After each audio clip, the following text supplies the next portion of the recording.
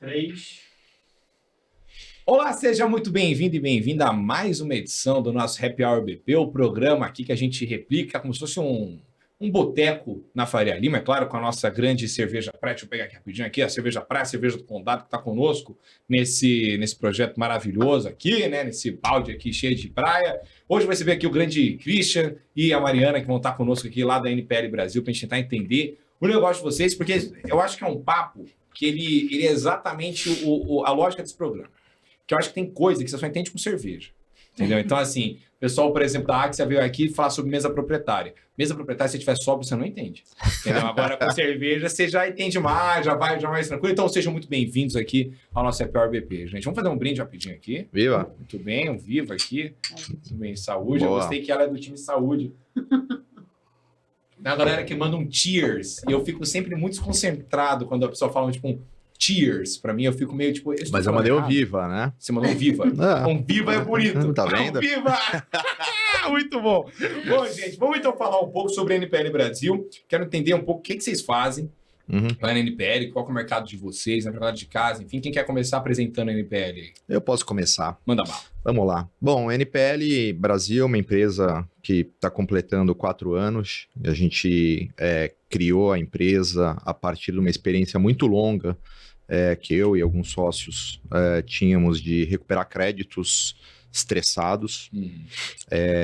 Então a gente acompanhou de perto o nascimento de outras grandes plataformas que estão por aí com muito sucesso, trabalhando 20 anos como advogado e entendendo o que era necessário fazer para que você tivesse êxito na recuperação desses créditos inadimplidos. Trabalhando com créditos individuais ou com carteiras. Então a gente foi aprendendo, fazendo bem, investindo em tecnologia, até que resolvemos que estava na hora de nascer a NPL Brasil, com essa proposta de ser uma casa independente, de ser uma casa preparada para receber os investidores, seja do mercado local, mercado estrangeiro, que são muito fluentes nesse assunto, nessa classe de ativo. E a gente continua, então, nesse projeto de ser essa gestora de NPL independente, chapa branca e criando oportunidade de investimento para o mercado e agindo também como uma servicer, prestando serviço para os donos originários do ativo, todas as empresas grandes ou pequenas que estão comercializando têm, no limite, créditos que acabam sendo inadimplidos e, ao longo dos anos, vão acumulando no balanço e se tornam carteiras.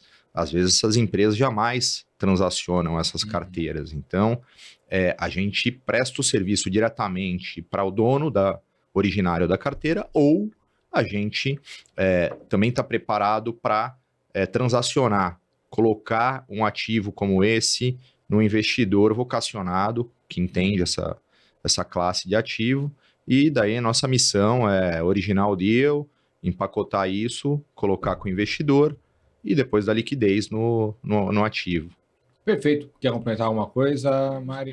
Tá ótimo. Tá excelente, né? O grande Christian aí mandou bala. Agora eu queria entender um pouco sobre o mercado de crédito, né? Porque o mercado de crédito é uma coisa geralmente muito complicada de se entender. E aí eu queria perguntar se é uma questão de que a galera, na hora de falar, complica muito, ou se realmente é um mercado complexo de se entender, de fato, o mercado de crédito. Acho que é um mercado que, na verdade, é enorme, né? Você tem várias classes e várias categorias de crédito, PME, você tem agro, e cada um tem as suas idiosincrasias, as suas características muito próprias. Então, eu acho que colocar categorizar isso de uma forma bastante genérica, como mercado de crédito, acaba envolvendo muita coisa, né? É um mercado talvez complexo nesse sentido, de cada nicho, cada produto tem uma idiosincrasia muito grande e é bastante diferente de uma outra natureza. Então, CRA é muito diferente de CRI, de os FIAGROS agora. Crédito agro tem uma particularidade super específica, né? bastante. E muito diferente de crédito ao consumidor, ou de financiamento de automóvel, ou de crédito para PME. Então, tem muita coisa, né? Vira um balaio de gato aí, uma mistura grande de assuntos, e talvez a complexidade venha daí. Mas a gente está muito especializado, na verdade. O nosso crédito é o crédito inadimplido, é o crédito de PME para cima. Então, a NPL Brasil, a gente faz um trabalho bastante ainda artesanal de tratar esse crédito. Artesanal no sentido de que cada crédito ele tem uma relevância única, e não essas carteiras de consumo, de varejo, que são enormes e que você está lidando com tickets muito pequenos e que, na verdade, você precisa rodar isso daí, o desarbitramento é enorme, então na hora que você origina uma carteira, paga-se muito pouco e você, acho que vis-à-vis o crédito, recupera muito pouco, mas num volume grande, uma escala grande que justifica o produto e o investimento. O nosso não, ele sim, tem um desarbitramento importante aí no mercado, que tem a ver com know-how, de buscar inteligência e buscar informação que não é óbvia e não está disponível para o mercado inteiro. Então, a gente tem muito robô que nos ajuda a fazer busca de bens e que faz cruzamento de informação para que a gente consiga enxergar qual o caminho da recuperação do crédito e, a partir daí, entregue o yield que o meu investidor está buscando naquele ativo. Tá, e aí, falando agora um pouco sobre investimento em crédito. Uhum. Porque também é uma coisa que, igual você falou, cara, tem muita coisa aí para se falar nesse mercado. É um mercado que dá para a gente analisar ele, o setor em si, então até mesmo o próprio acesso a crédito das pessoas, o quanto que ela consegue ter, e também o quanto que isso é lucrativo para o investidor, né? O quanto que isso volta para ele. Então, justamente isso, o quanto que isso volta para ele, o quanto que ele se dá bem nisso, né? É um mercado rentável, de fato, é um mercado também no Brasil que dá certo, que ele está em expansão, que ele já está há muito tempo já andando. Como é que é esse cenário? Então, eu acho que é um mercado em expansão, na verdade. Talvez você não tenha um histórico tão grande e muitos anos de histórico para contar dessas plataformas que estão fazendo crédito. Mas, assim, eu acho que tem uma distinção importante aqui. O crédito originário ali, fazer crédito, né? Estamos falando, então, do FDIC que desconta a duplicata, do CRA, do FIAGRO que faz crédito ali, né? E no nosso caso, que é também algo que funciona numa base de FDIC ou securitização, mas que a gente adquire créditos que estão inadimplidos. Então, a gente já pega o ciclo que é o crédito que deu errado, né? E a partir daí, eu acho que... Por que essa distinção é importante? Porque o yield de um para o outro é completamente diferente também. Você vai fazer crédito AAA, o cara vai ter uma margem muito menor, porque é aquilo que diz respeito ao risco que você está correndo, né? Dá o retorno para o risco baixo que você está correndo. Ou, no nosso caso, distress. Alto risco e, portanto, alto retorno. Perfeito. Quer complementar, Mari? Não, acho que a gente... É isso. Acho que a gente está já numa ponta que passou o primeiro... O que você precisa, meu editor? Você precisa um microfone mais perto? Não tem problema não, editor. Aqui a gente dá a voz para todo mundo. Não tem problema não. É que eu sou péssimo de mímica. Aí ele tava assim... Aí eu falei, cara, a escalação do jogo do Brasil de amanhã, vambora. Não, tudo certo então. Não, vamos lá. Acho que é bem isso que o Christian colocou. A gente já está numa ponta, depois que deu a primeira vez errado, né? Então, o yield é maior, mas aí exige ainda mais esse conhecimento de cada um dos casos. Então, que a gente viu lá ao longo do tempo é que dificilmente se resolve os casos em escala, né? Principalmente esse tipo de crédito que a gente tem dentro de casa. Então, se você não tiver ali o mínimo de conhecimento de quem é o cara, do momento também que ele tomou a dívida e como ele está hoje, é muito difícil você traçar uma solução em escala. Obviamente, para créditos menores, você consegue ainda ter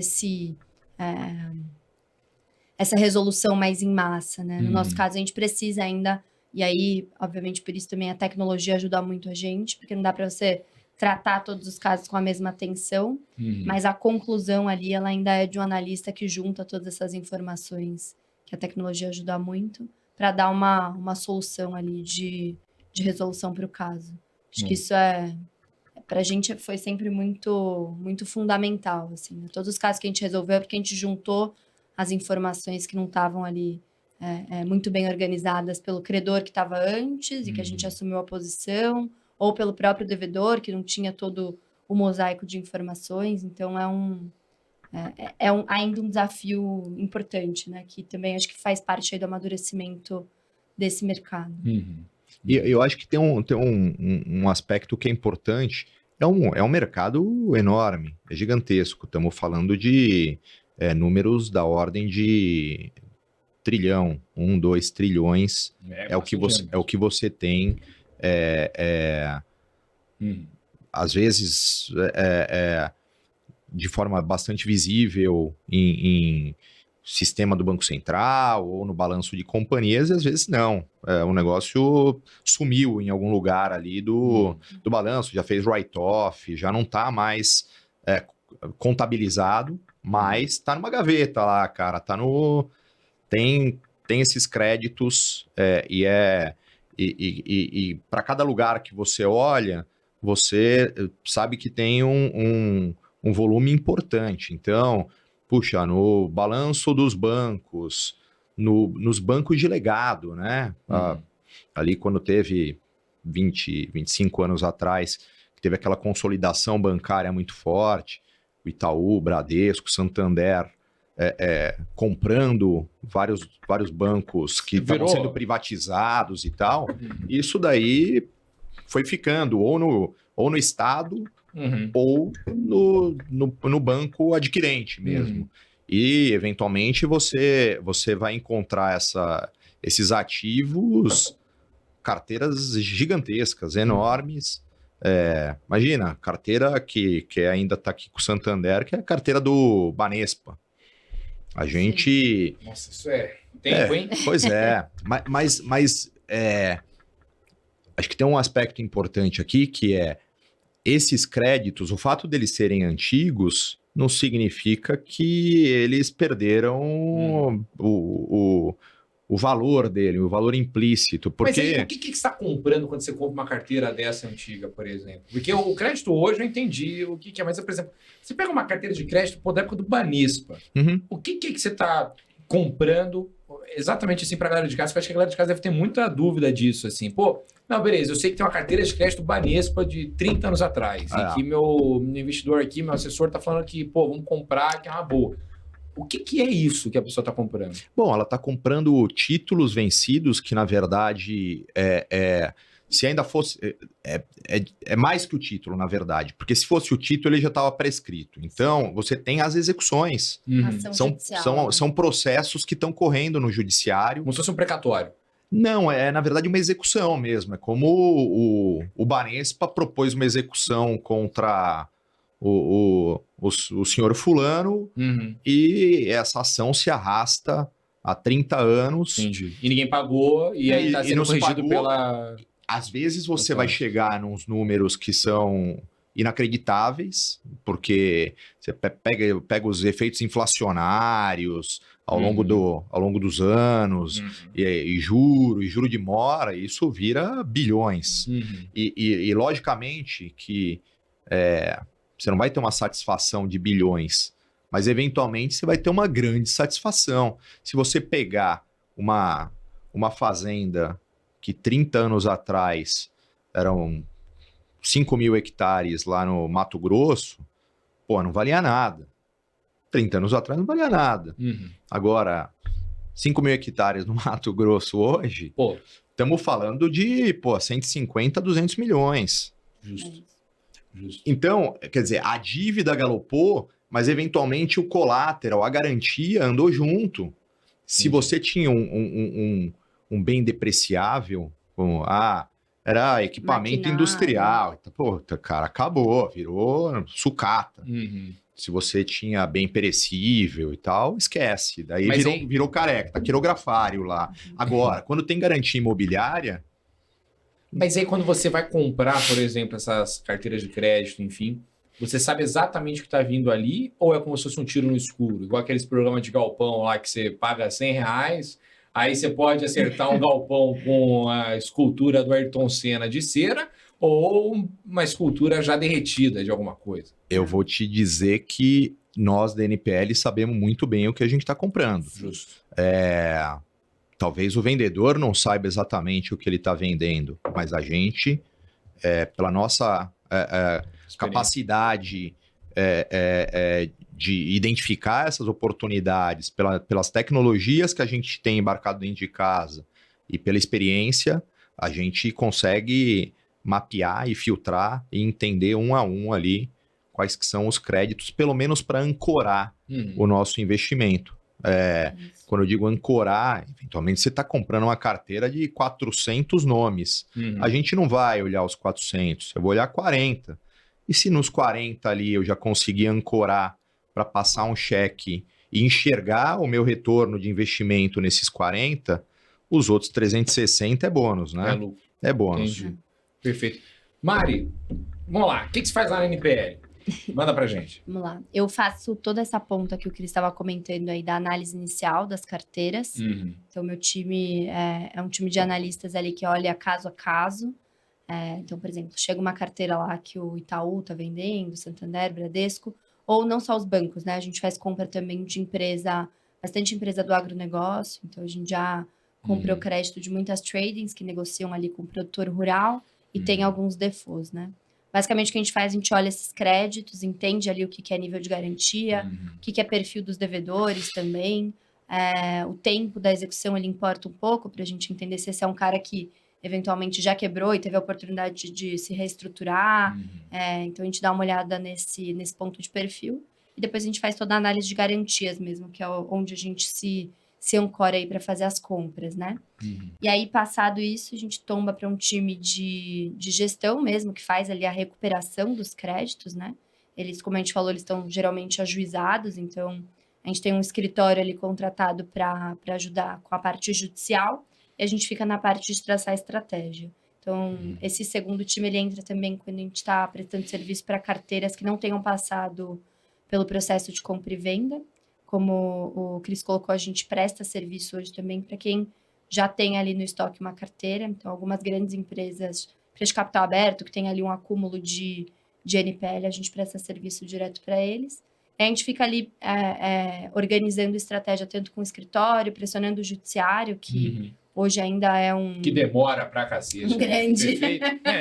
Entendi. É porque eu gosto. O pessoal de mercado financeiro, nível judiciário, tenta falar coisas mais bonitas, né? Que o sistema judiciário, que ainda tem um sistema burocrático, dificílimo de lidar.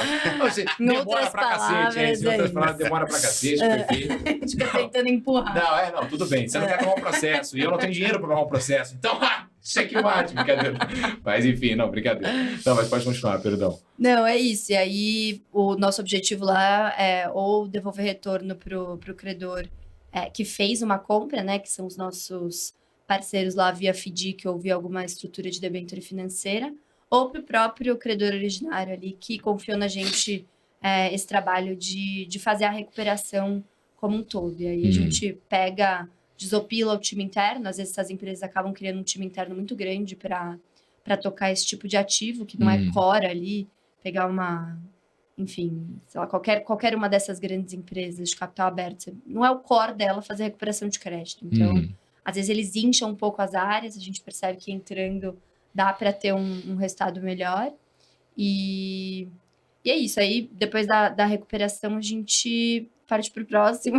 E vai. É isso. E vai. Como é que tem sido ultimamente esse mercado para vocês? Está sendo tranquilo de lidar? Como é que está sendo? Eu acho que a gente não viu nenhuma grande alteração por hora, assim, não, nem do ponto de vista de oferta de mercado. Acho que a oferta esse ano ela acabou aquecendo bastante por conta do... enfim, acho que os bancos começaram a se organizar de uma forma mais ativa para trazer também crédito para o mercado. Acho que hoje quase todos os bancos organizam aí leilões recorrentes.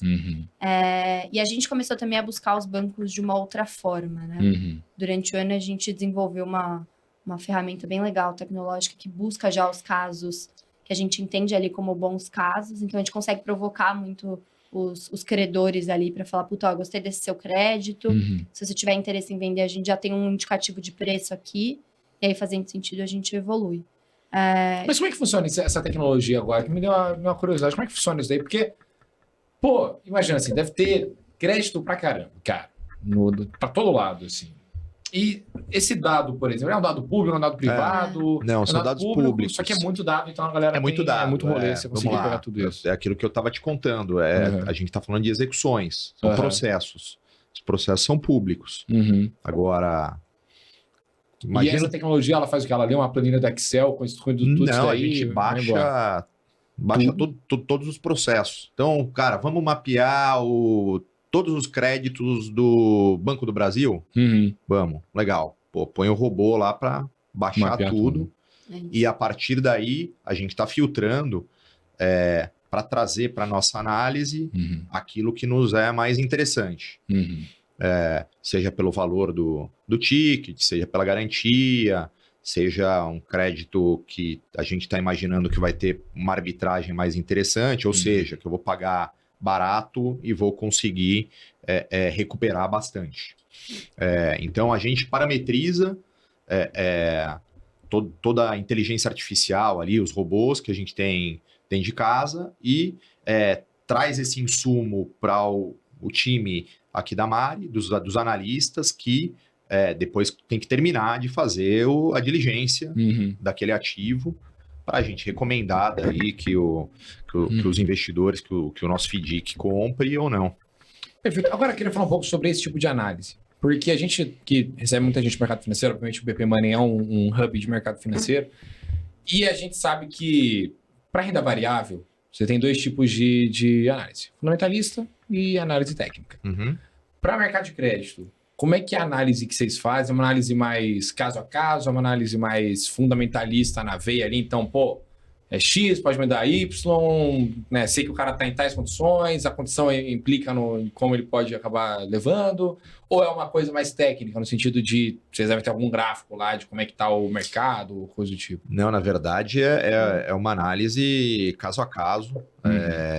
A gente, pelo fato de tratar ativos e carteiras de crédito e que tem um ticket maior, diferentemente do modelo de negócio nas carteiras de varejo, que é bastante estatístico. Então, você vai precificar estatisticamente, você vai ver nível de atividade econômica e tal, e daí nasce o preço já com uma projeção do que você consegue recuperar ali.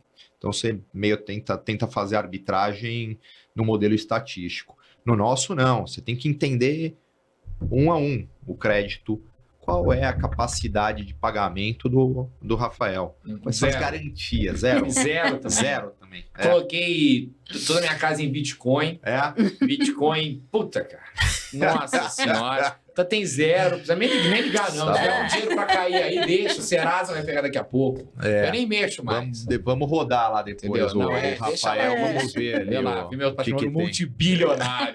Eu falei pra você, eu sou Santista é pouco, mas é tudo rico. Você só tem velho rico no Santos, é fantástico, é maravilhoso. Não, mas é isso mesmo, você quer complementar, ô Mário, sobre a análise de vocês lá? Eu acho que é bem fundamentalista, assim, a gente tem e a gente é bem pragmático também, né? Tem alguns pontos de briga jurídica mesmo, que hoje as teses que a gente comporta dentro dos fundos que a gente trabalha, né?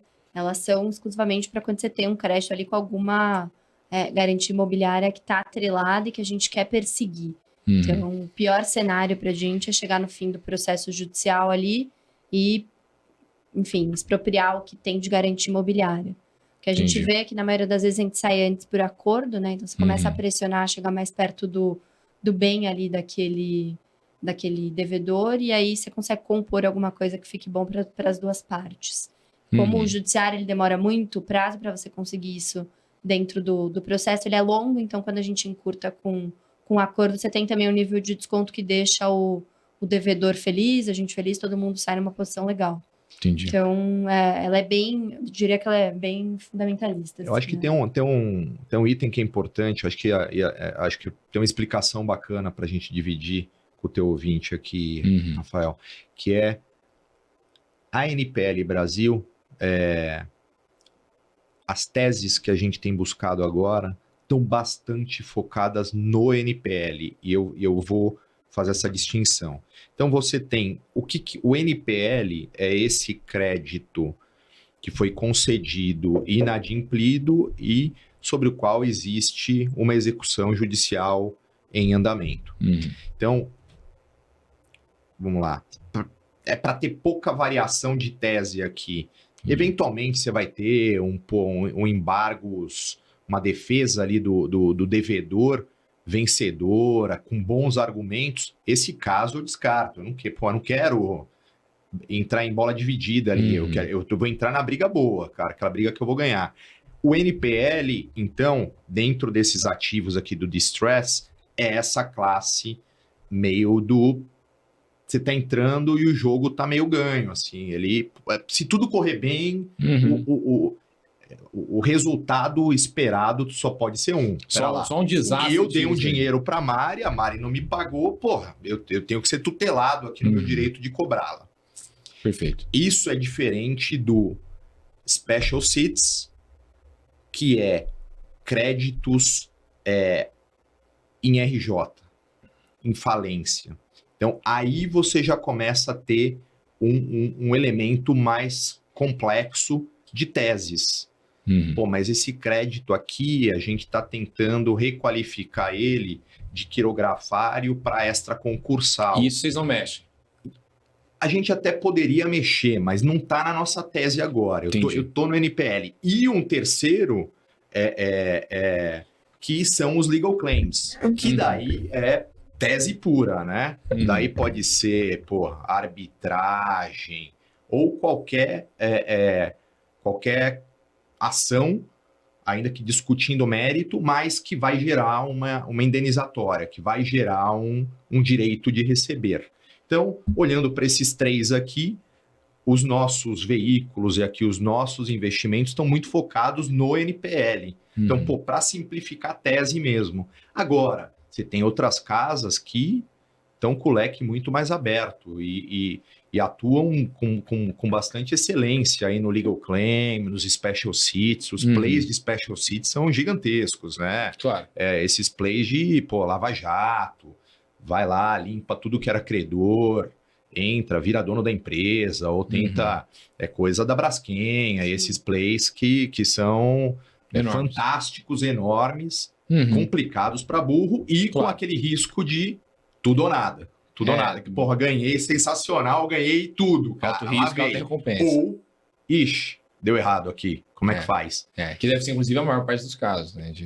Não sei se tem muito risco. Eu acho que, assim, as casas, tem muita gente boa ali que vai saber ler onde que eles estão se metendo, né? Mas, de novo, é um risco que a gente, que está meio que começando nossos ciclos aí de investimento, que estamos cultivando esses primeiros investidores, essas casas que apostaram aqui no business conosco, não tem espaço para entrar num play de pode dar tudo certo ou tudo errado. Tudo errado é um cenário que a gente não trabalha. Entendi. Mas se você arroz com feijão ali bem feito... Porque, de novo, eu tenho trilhões de crédito para ir buscar. Tá ótimo. É claro, trilhão tá excelente, filho. 1 milhão para mim já estaria bom já. 1.000, então. Não, editor, já quanto tempo a gente tá de gravação? Quase 30. Quase 30. 29, 30 segundos, ou seja, a hora do quê? Do jabá. Você se inscreva aqui no canal. Criei agora um jargão, criei um quadro, não existia isso. Mas enfim, você se inscreva aqui no canal, deixe seu like, comentário aí. tô esquecendo, sininho também aí, manda pra gente. Também você tem dívida também, manda pra gente fazer uma comunidade, todo mundo endividado. Acontece, cara. Tem muita gente. A gente fala. A gente gosta disso, pô. A gente tudo certo. favorável. Tá tudo cara. certo. Tá aqui. Precisamos de dívida. E se não tiver isso. Perfeito. Agora falando um pouco sobre justamente o investidor que vocês buscam. Esse cara que vai investir lá para tirar é quem? É o pessoa física? É o investidor qualificado? É a empresa? Rafael, por hora, eu acho que, vamos lá, cabe esse ativo high yield, cabe no portfólio de qualquer investidor. A gente ainda, aqui na NPL, estamos rodando nossos fundos e nossos veículos com investidor qualificado, profissional. Então, acho que já temos um FDIC que a gente pôs de pé no começo desse ano, que já está totalmente alocado. A gente captou 72 milhões com 4 casas, que a gente tem muito orgulho de ter eles no nosso cap, que é o Verde, a G5, legal. o Itaú Asset e a Dínamo. Então, agora a gente, já que alocou tudo, já estamos terminando aqui de empacotar o próximo veículo, estamos fazendo uma securitização e emitindo umas debêntures financeiras no veículo, né, na securitização, na securitizadora, e estamos distribuindo isso com com esses nossos investidores originários aí do primeiro fundo e mais outras casas aí mas eu acho que tem uma jornada bacana para, vamos falar assim, popularizar essa classe de ativo. Existe, boas iniciativas aí, a própria Jive, cara, tem feito um empenho enorme de tentar, uma vez que eles são ligados aí à XP, de tentar criar essa cultura de ter o investidor pessoa física, de buscar essa alocação, porque cabe no portfólio de todo mundo. Sim, é high yield. Então, cada um vai entender como é que é seu perfil aí de tomador de risco, né?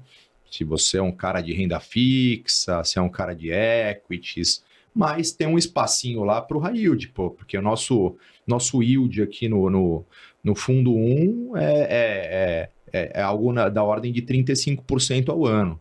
Então, a gente acha que tem um risco bem controlado, pelas razões que eu já expliquei. A gente está entrando em teses que são apenas naturalmente para ser vencedoras. Elas podem ficar não atendidas, né? Mas